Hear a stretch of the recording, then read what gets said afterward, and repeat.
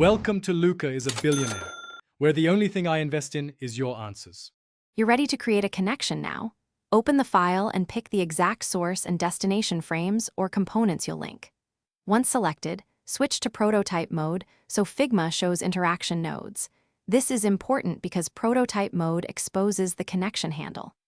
Click the small circular node on the right of the selected layer and drag it onto the target frame or component. This creates the initial link and visually shows your intended flow. Now refine how the connection behaves. With the link established, use the prototype panel to choose a trigger like on click or while hover, because that determines when the connection fires. Then set the action and destination. Pick Navigate to for screen changes or Open Overlay for modal interactions. Once done, choose an animation type. Smart Animate helps preserve element motion, while Instant keeps it abrupt, and tweak easing and duration so the transition feels natural and intentional. Finish by testing. Enter present mode and exercise the interaction to verify timing, overlays, and back navigation.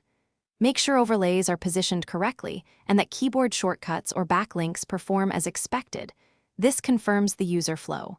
If something goes wrong, don't panic, reselect the source and target nodes and inspect the prototype connections in the sidebar. Often a broken link is due to a mistargeted frame, hidden layer, or duplicated component, so reset the connection and test again immediately. Thanks for watching and please subscribe. It's the best investment you'll ever make.